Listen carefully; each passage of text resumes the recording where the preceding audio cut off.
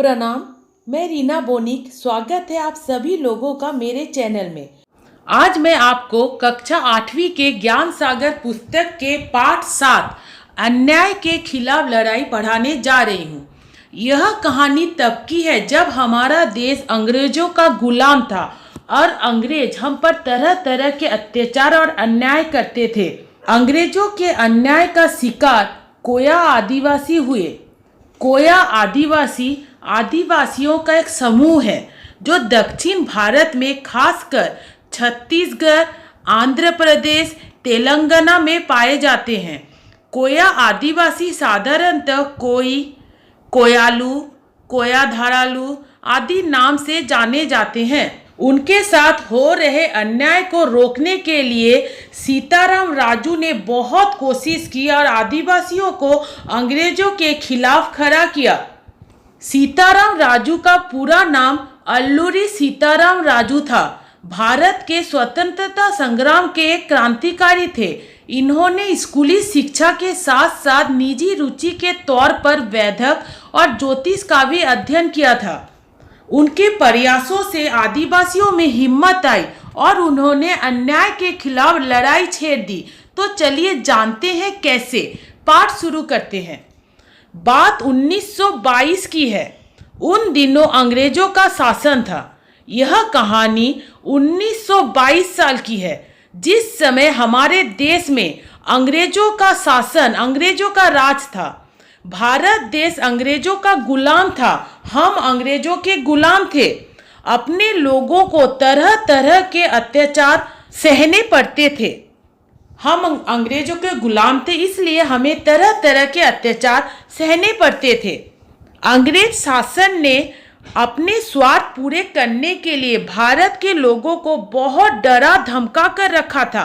अंग्रेज लोग हम अपना स्वार्थ का अर्थ है अपना हित पूरा करने के लिए हमारे लोगों को डरा धमका कर रखा था। उनकी धमकियों के खिलाफ लड़ने की हिम्मत रखने वाले भी लोग थे। ऐसे ही लोग थे आंध्र प्रदेश के कोया आदिवासी। अंग्रेजों की धमकियों और अत्याचार के खिलाफ लड़ने के लिए लोगों के पास हिम्मत थी और ऐसे ही लोग थे आंध्र प्रदेश में रहने वाले कोया आदिवासी और उनके नेता का नाम था अल्लूरी सीताराम राजू और कोया आदिवासियों के नेता का नाम था अल्लूरी सीताराम राजू। आंध्र के घने जंगलों के बीच रहने वाले कोया आदिवासी सीधी सादी खेती के माध्यम से अपनी रोजी रोटी जुटाया करते थे।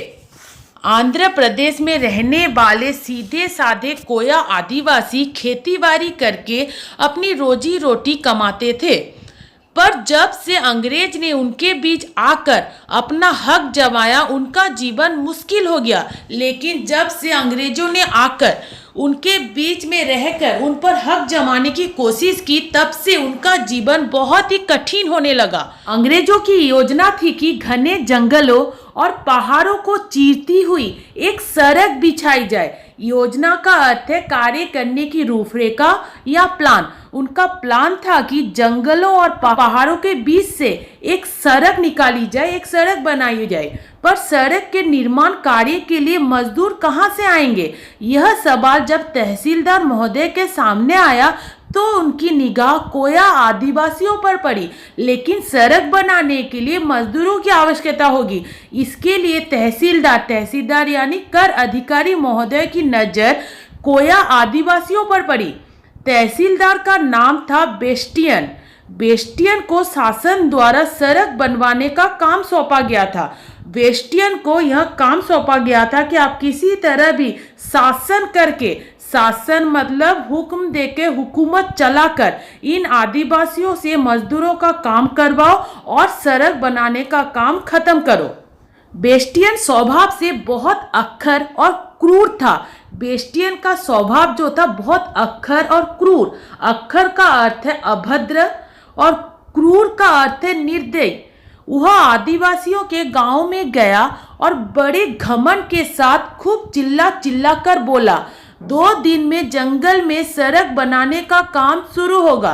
तुम सब लोगों को इस काम पर पहुंचना है। अगर नहीं पहुंचे तो ठीक नहीं होगा। वह गांव पहुंचा और चिल्ला चिल्ला कर लोगों के बीच में बोला कि 2 दिन में जंगल में सड़क बनाने का काम शुरू होगा और तुम लोगों को उस काम को करना है, सबको इस काम पर पहुंचना है। अगर नहीं पहुंचे तो तुम लोगों के लिए अच्छा नहीं होगा। अंग्रेज सरकार का हुक्म है, यह जान लो, और तुम ये सब अच्छी तरह से जान लो। ये जो हुक्म है ये अंग्रेज सरकार का हुक्म है। आदिवासी लोग चुप हो गए। बेचारे उन घने जंगलों के बीच अकेले पड़े थे। वे कुछ पूछे तो किससे, कुछ करे तो क्या। आदिवासी लोग ये सब सुनकर चुप हो गए। उन लोग अकेले थे, उन्हें सपोर्ट करने के लिए या कुछ बताने के लिए कोई नहीं था। वे किससे पूछे और क्या पूछे। किसी ने हिम्मत करके तहसीलदार से पूछना चाहा कि काम करेंगे तो बदले में क्या मिलेगा, तो बेस्टियन का चेहरा तमतमा गया। किसी ने पूछा अगर हम मजदूर का काम करेंगे तो हमें क्या मिलेगा। यह प्रश्न सुनकर बेस्टियन का जो चेहरा था वो तमतमा गया। तमतमाने का अर्थ है बहुत क्रोध आना। हुक्म बजाना नौकर का काम है, आगे से यह सवाल मत पूछना। यह सुनकर बेस्टियन बोला हम जो ऑर्डर दे रहे, जो हुक्म दे रहे हैं वह मानना तुम्हारा काम है, क्योंकि तुम लोग नौकर हो। आगे से फिर से यह सवाल मत पूछना कि इसके बदले में क्या मिलेगा। आदिवासी सहम गए, काम पर जाने लगे, पर उनका मन नहीं मानता था। बेचारे अपमान से अंदर ही अंदर घुट रहे थे और गुस्से से सुलग रहे थे। आदिवासी लोग काम पे तो जाने लगे, पर उनका मन नहीं मानता था। उन लोग बहुत अपमानित होते थे। अपमान का अर्थ है निरादर। आदर और अपमानित होने से वे अंदर ही अंदर घुट रहे थे और गुस्से में सुलग रहे थे। उनके अंदर गुस्सा पनप रहा था। उन्हीं दिनों एक साधु जंगलों में आकर रहने लगा था। उस साधु का नाम था अल्लूरी सीताराम राजू। उसी समय उन्हीं दिनों एक साधु अल्लूरी सीताराम राजू नामक साधु वहीं पर आकर रहने लगा था, उन आदिवासियों के बीच में। सीताराम राजू ने हाई स्कूल तक पढ़ाई की थी। उसके बाद अगली पढ़ाई छोड़कर 18 वर्ष की उम्र में ही वह साधु बन गया। सीताराम राजू पढ़े लिखे थे, उसने हाई स्कूल की शिक्षा प्राप्त की थी। उसके बाद 18 साल की उम्र में वे साधु बन गए थे। जब वह उन जंगलों में रहने आया तो आदिवासी लोगों से अच्छी तरह हिल मिल गया। सीताराम राजू जब उन जंगलों में रहने आए तो ये आदिवासियों से अच्छी तरह से हिल मिल गए थे, उनके साथ अच्छी तरह से मिल गए थे। लोग उसे अपने दुख दर्द की कहानी सुनाते और पूछते कि कैसे अपने कष्टों से छुटकारा पाए। लोग आते थे सीताराम राजू के पास और अपने दुख दर्द का किस्सा या कहानी सुनाते थे और उनसे पूछते थे कि हम अपने कष्टों से कैसे छुटकारा पाए, हम कैसे अपने इन कष्टों से निकले। सीताराम राजू ने आदिवासियों से कहा अत्याचार के सामने दबना नहीं चाहिए, तुम लोगों को काम पर जाने से मना करना चाहिए। सीताराम राजू ने आदिवासियों से कहा अगर आप पर कोई अत्याचार कर रहा है, जुल्म कर रहा है, उस पर दबो नहीं, आप लोग झुको नहीं, उसके खिलाफ लड़ो, तुम लोग काम पे जाना बंद कर दो। उसकी बात सुनकर आदिवासियों में हिम्मत आई। सीताराम राजू की बात सुनकर आदिवासियों में थोड़ी हिम्मत आई।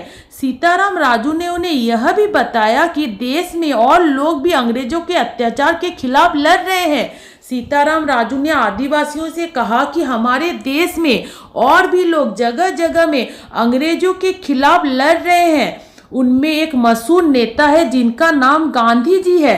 उनमें एक बहुत ही मशहूर प्रसिद्ध नेता है जिनका नाम महात्मा गांधी है। गांधी जी का कहना है कि भारत के लोगों को अंग्रेज सरकार का सहयोग नहीं करना चाहिए। गांधी जी का कहना है कि भारत के लोगों को, भारतवासियों को अंग्रेजी सरकार का, अंग्रेजों का साथ नहीं देना चाहिए और उनका काम बंद कर देना चाहिए और कोई भी उनका काम नहीं करेगा। अगर अंग्रेज हम पर अन्याय करेंगे, जुल्म करेंगे, तब हम अन्याय नहीं सहेंगे, हम अपनी आवाज उठाएंगे। यह सब सुनकर कोया आदिवासियों का दिल मजबूत हुआ। फिर क्या था, विद्रोह की ऐसी आग भड़की की। यह सब सुनकर सीताराम राजू ने जो कहा कि हमारे देश में कहाँ क्या हो रहा है, लोग किस प्रकार अंग्रेजों के खिलाफ बगावत कर रहे हैं, यह सब सुनकर कोया आदिवासियों का दिल मजबूत हुआ। उनमें हिम्मत आई और उनमें विद्रोह की आग भड़की। विद्रोह यानी क्रांति। क्रांति की ऐसी आग भड़की कि अंग्रेजों के होश उड़ गए। ऐसी आग भड़की कि अंग्रेजों के होश उड़ गए। होश उड़ जाना एक मुहावरा है जिसका अर्थ है अत्यधिक घबरा जाना। आदिवासियों के विद्रोह से अंग्रेज बहुत अधिक घबरा गए। भोले भाले आदिवासियों के मन में भरा सारा अपमान, दुख और क्रोध फूट कर निकल पड़ा। भोले भाले आदिवासियों के मन में इतने दिनों से जो अपमान, दुख और गुस्सा, अंग्रेजों के खिलाफ जो गुस्सा था, जो उनके दिल में भरा पड़ा था, वह सब फूट कर विद्रोह के रूप में निकल पड़ा। भद्राचलम से पार्वतीपुरम तक पूरे इलाके के आदिवासी लोग अन्याय के खिलाफ लड़ने के लिए संघर्ष में कूद पड़े। भद्राचलम ये आंध्र प्रदेश के खम्मम जिले में स्थित है। भद्राचलम से पार्वतीपुरम तक पूरे आदिवासी, जितने आदिवासी थे, सब अंग्रेजों के खिलाफ लड़ाई में, उनके अन्याय के खिलाफ लड़ने के लिए संघर्ष में कूद पड़े। संघर्ष यानी टकराव, अंग्रेजों से टक्कर लेने के लिए वे कूद पड़े। अंग्रेज सरकार के ऐसे छक्के छूटे कि आसपास के राज्यों से सेना बुलानी पड़ी, पर अंग्रेजों की इतनी भारी सेना भी तो 2 साल तक विद्रोह को दबा ना पाई। अंग्रेजों की इतनी हालत खराब हुई। छक्के छूटना भी एक मुहावरा है जिसका अर्थ है कोई उपाय ना सूझना या बुद्धि काम ना करना। उनको कुछ समझ में नहीं आ रहा था कि आदिवासियों के इस विद्रोह को वे कैसे रोके। उनकी बुद्धि काम नहीं कर रही थी। उन्हें आसपास के राज्यों से और सेना बुलानी पड़ी, पर अंग्रेजों की इतनी बड़ी सेना भी 2 साल तक आदिवासियों के इस विद्रोह को दबा नहीं पाई, रोक नहीं पाई। जंगल की संकरी पगडंडियों पर से सेना की टुकड़ी गुजर रही होती तो जंगलों में छिपे आदिवासी भारतीय सिपाहियों को गुजर जाने देते और जैसे ही अंग्रेज सार्जेंट या कमांडर नजर आते उन पर अचूक निशान लगाते। जंगल की संकरी यानी पतली राह पर जब भी सेना की टुकड़ी, अंग्रेजों सेना की टुकड़ी गुजरती, जब भारतीय सेना उसमें होती तो भारतीय सेना के गुजर जाने के बाद जैसे अंग्रेजों के कोई सर्जेंट या कमांडर यानी कोई सेना नायक या सैनिक गुजरता तो उन पर वो अचूक निशाना छोड़ते। आदिवासियों के विद्रोह से अंग्रेज सरकार इतना डरने लगी थी कि सीताराम राजू के दल को आते देखकर थानों से पुलिस भाग जाती थी। अंग्रेज इतना डरने लगे थे आदिवासियों से कि वे जब भी सीताराम राजू के दल को आते देखते तो ये थाना छोड़कर भाग जाते। सीताराम राजू ने आदिवासियों से कह रखा था कि अंग्रेजों से लड़ो पर एक भी भारतीय सैनिक का बाल बांका ना होने पाए। सीताराम राजू ने उन आदिवासियों को समझा रखा था कि हमारी लड़ाई अंग्रेजों से है, लेकिन ध्यान रखना कि हमें सिर्फ अंग्रेजों से लड़ना है। एक भी भारतीय सैनिकों का बाल बांका नहीं होना चाहिए। बाल बांका ना होना यह एक मुहावरा है जिसका अर्थ है कुछ भी हानि ना पहुंचना। हमारे सैनिक यानी भारतीय सैनिक को कोई भी हानि ना पहुंचे। सीताराम राजू के आदेश का सख्ती से पालन हुआ। सीताराम राजू ने आदिवासियों को जो आदेश दिया था, आदिवासियों ने उसका पालन बहुत ही कठोरता के साथ किया।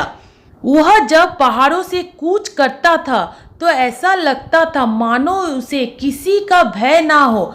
सीताराम राजू जब पहाड़ों से कूच यानी प्रस्थान करता था या जाता था, ऐसा लगता था कि उसे किसी का भी भय नहीं है। आदिवासी लोग ऐसा मानते थे कि सीताराम राजू के चमत्कार से अंग्रेजों की गोलियां पानी बन जाएगी। आदिवासियों का मानना था कि सीताराम राजू में ऐसी कोई चमत्कारी शक्ति है जिससे अंग्रेजों की गोलियां गोली ना रहकर पानी बन जाएंगी। इसी विश्वास से वे गोलियों की परवाह किए बिना पुलिस चौकियों या सेना पर हमला कर देते थे और उनके अस्त्र शस्त्र लूट कर भाग जाते थे। इसलिए वे गोलियों की परवाह नहीं करते थे और वे पुलिस चौकियों पर और सेनाओं पर हमला कर देते थे और उनके अस्त्र शस्त्र लूट कर भाग जाते थे। सीताराम राजू ने एक कोने से दूसरे कोने तक गुप्त संदेश पहुंचाने के लिए गुप्तचरों का जाल फैला रखा था। सीताराम राजू ने गुप्त संदेश यानी सीक्रेट बात या छिपा हुआ संदेश पहुंचाने के लिए गुप्तचर यानी जासूसों का दल फैला रखा था। सीताराम राजू ने चारों ओर जासूसों का दल फैला रखा था, जिससे अंग्रेजों की सारी हरकतों की खबर उन तक पहुंच सके। अंग्रेजी सेना के आने जाने के संदेश ऐसे पहुंचाए जाते कि किसी को कानों कान खबर ना हो। गुप्तचर संदेशों को, अंग्रेजी सेना के आने जाने के संदेशों को इस तरह पहुंचाते थे कि कानों कान किसी को खबर नहीं होती थी। कानों कान खबर ना होना भी एक मुहावरा है, जिसका अर्थ है किसी को पता ना चलना। गुप्तचर अपना काम इतनी होशियारी से करते थे कि किसी को भी पता नहीं चलता था। यह सब देखकर अंग्रेजों ने भी अपने दांतों तले उंगली दबा ली। दांतों तले उंगली दबाने का अर्थ है आश्चर्यचकित होना। आदिवासियों की इस होशियारी और हिम्मत को देखकर अंग्रेज भी आश्चर्यचकित हो गए। जंगलों और पहाड़ों में सीताराम राजू के लोग बड़ी फुर्ती से छिपते फिरते थे। जंगलों और पहाड़ों के बीच में सीताराम राजू के लोग इतनी फुर्ती या तेजी से छिप जाते थे कि अंग्रेजों की नज़र में ही नहीं आते थे। वे अंग्रेजों पर हमला करते थे और चुस्ती से छिप जाते थे। ऐसे इलाके में हथियारों से लदी अंग्रेजों की भारी भरकम सेना अपने आप को कमजोर महसूस करने लगी थी। अंग्रेजों के पास हथियारों की कोई कमी नहीं थी, उनकी सेना भी बहुत बड़ी थी। फिर भी उन आदिवासियों के सामने अंग्रेज अपने आप को कमजोर महसूस करने लगे थे।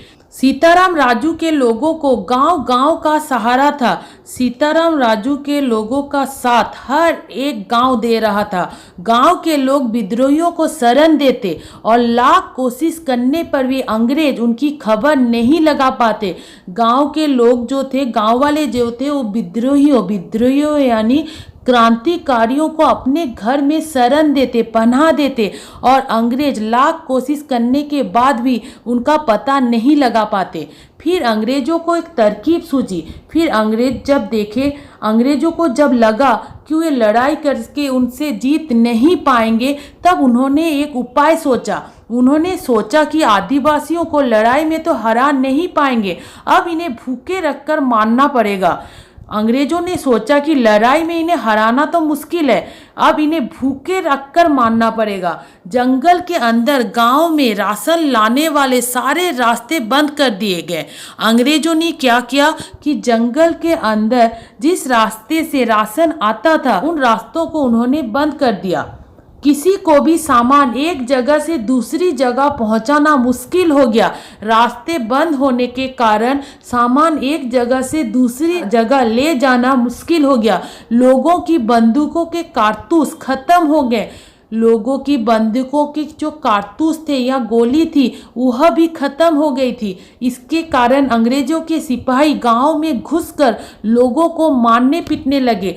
अब आदिवासी असहाय हो गए थे, उनके पास खाने पीने का सामान नहीं था, गोली नहीं था। इसका फायदा उठाकर अंग्रेज सिपाही गांव में घुस जाते और लोगों को मारने पीटने लगते। यहाँ तक कि उगी हुई फसल को भी जलाया जाने लगा। इतना अत्याचार करने लगे अंग्रेज उन आदिवासियों पर कि उनके फसलों को भी जलाया जाने लगा। आदिवासियों की हिम्मत जवाब देने लगी। इन सब के बाद अब आदिवासियों की हिम्मत कम होने लगी थी, उनकी हिम्मत जवाब देने लगी थी। हिम्मत जवाब देने का अर्थ है कि हिम्मत हार जाना। आदिवासी लोग अब हिम्मत हारने लगे थे। आखिर कब तक तकलीफ बर्दाश्त की जा सकती थी? आखिर कब तक वे इस पर अत्याचार को बर्दाश्त करते, इस तकलीफ को सहते? सीताराम राजू के कुछ साथी पुलिस के पकड़ में भी आ गए थे और सीताराम राजू के कुछ साथी अंग्रेजों के पकड़ में भी आ गए थे। एक बार सीताराम राजू भी पुलिस की गिरफ्त में आकर बुरी तरह जख्मी हो गया था। एक बार सीताराम राजू खुद अंग्रेजों के गिरफ्त में आ गए थे और बुरी तरह से जख्मी हो गए थे। लोगों को लगा कि अब सीताराम राजू का चमत्कार भी उनकी रक्षा करने में असफल है। अब लोगों को लगने लगा था कि सीताराम राजू का चमत्कार असफल होने लगा है, अब उनका चमत्कार भी कोई काम नहीं कर रहा है। लोग परेशान होकर सीताराम राजू के पास पहुंचते। सीताराम राजू भी परेशान था, उससे उनका दुख नहीं देखा गया। अब लोग बहुत परेशान हो रहे थे। ये परेशान होकर सीताराम राजू के पास पहुंचते हैं। सीताराम राजू भी बहुत परेशान थे, उन्हें आदिवासियों का दुख देखा नहीं जा रहा था, उनसे आदिवासियों का दुख देखा नहीं जा रहा था। सीताराम राजू ने सोचा कि अगर मैं अंग्रेजों के सामने आत्मसमर्पण कर दूं तो अंग्रेज इन 1000 लोगों को रोज सताना बंद कर देंगे। सीताराम राजू ने सोचा अगर मैं आत्मसमर्पण कर दूं, आत्मसमर्पण का अर्थ है अपने आप को सौंप दूं, अपने आप को सौंप देना। अंग्रेजों को मैं अगर अपने आप को सौंप दूं तो अंग्रेज शायद इन लोगों पर अत्याचार करना बंद कर देंगे। उसने देखा कि 2 वर्षों के इतने लंबे संघर्ष के बाद लोगों में कठिनाइयों का सामना करने की तैयारी नहीं रह पाई है और अंग्रेज सरकार तो उन्हें भूखा मार कर ही छोड़ेगी। सीताराम राजू ने देखा कि 2 साल के लंबे संघर्ष के बाद अब उनमें, इन आदिवासियों में कोई हिम्मत नहीं बची थी और अंग्रेज सरकार तो पूरी तैयारी में थी कि इन्हें भूखा मार देगी। यह सोचकर सीताराम राजू ने अपने आप को अंग्रेजों के हवाले सौंपने चला।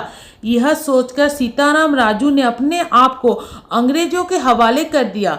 सेना का मेजर गुड्डल मंपा गांव में डेरा डाले हुए था।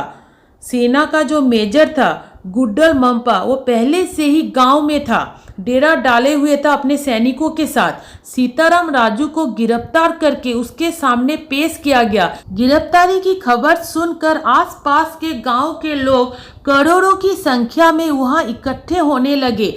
सीताराम राजू की गिरफ्तारी की बात सुनकर गांव वाले करोड़ों की संख्या में वहां जमा होने लगे।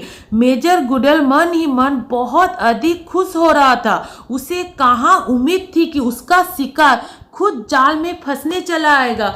मेजर साहब मन ही मन बहुत खुश हो रहे थे। उन्हें इस बात की बिल्कुल भी उम्मीद या आशा नहीं थी कि वे जिसका शिकार करना चाहते थे, जिसे गिरफ्तार करना चाहते थे, वो खुद ही गिरफ्तार होने उनके पास चला आएगा। सीताराम राजू मांग कर रहा था कि उसे कचहरी में पेश किया जाए और कानून के हिसाब से उसके साथ बर्ताव हो। सीताराम राजू ने कहा कि उसे कचहरी यानी कोर्ट में उसकी पेशी हो और कानून के हिसाब से ही उसके साथ बर्ताव हो। पर गुडल का कोई इरादा नहीं था कि कोर्ट कचहरी के चक्कर में सीताराम राजू को अपनी जान बचाने का जरा भी मौका मिले। गुडल बिल्कुल भी नहीं चाहता था कि कोर्ट कचहरी के चक्कर लगाकर सीताराम राजू को अपनी जान बचाने का मौका मिले। वह नहीं चाहता था कि सीताराम राजू जब उसके पकड़ में आ गया और वहां से निकल पाए या उसकी जान बच पाए। बस उसके इशारे पर कुंचू मेनन नाम के एक सिपाही ने सीताराम राजू पर गोली चलाई और उसका काम तमाम कर दिया गया। बस क्या था, अब उनको मौका मिल गया था कि वो किसी भी तरह सीताराम राजू को अपने रास्ते से हटा दे। पर उनके इशारे पर कुंचून मेनन नाम के एक सिपाही ने सीताराम राजू पर गोली चलाई और उनका काम तमाम कर दिया। काम तमाम कर देना अर्थात मार डालना।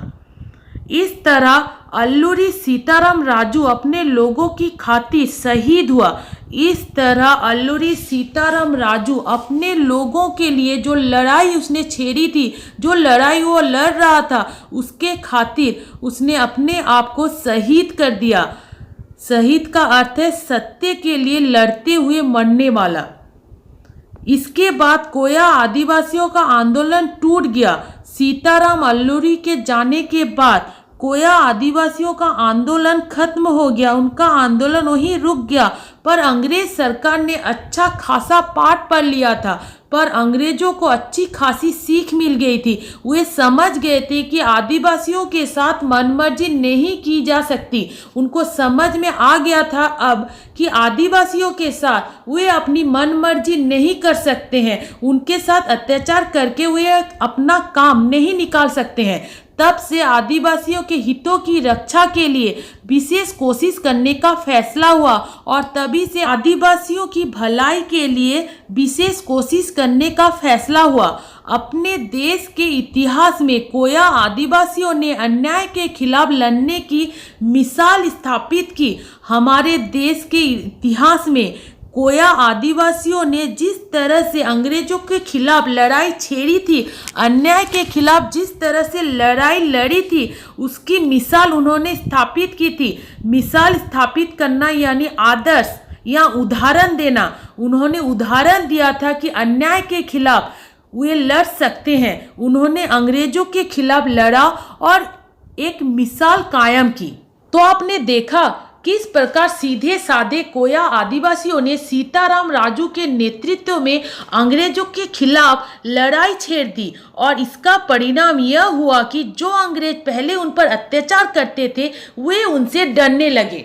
तो इस पाठ से आपको क्या सीख मिलती है? इस पाठ से हमें यह सीख मिलती है कि यदि हमें सही दिशा निर्देश मिले तो हम किसी भी मुसीबत का सामना कर सकते हैं और कमजोर व्यक्ति भी सही नेतृत्व से हिम्मती बन सकता है। तो आज के लिए बस इतना ही। और एक बात, मेरे चैनल को सब्सक्राइब जरूर करें और नीचे दिए गए बेल बटन पर क्लिक करें ताकि आपको मेरे आने वाले नए वीडियोस के नोटिफिकेशन मिलते रहे। तो आज के लिए बस इतना ही। धन्यवाद।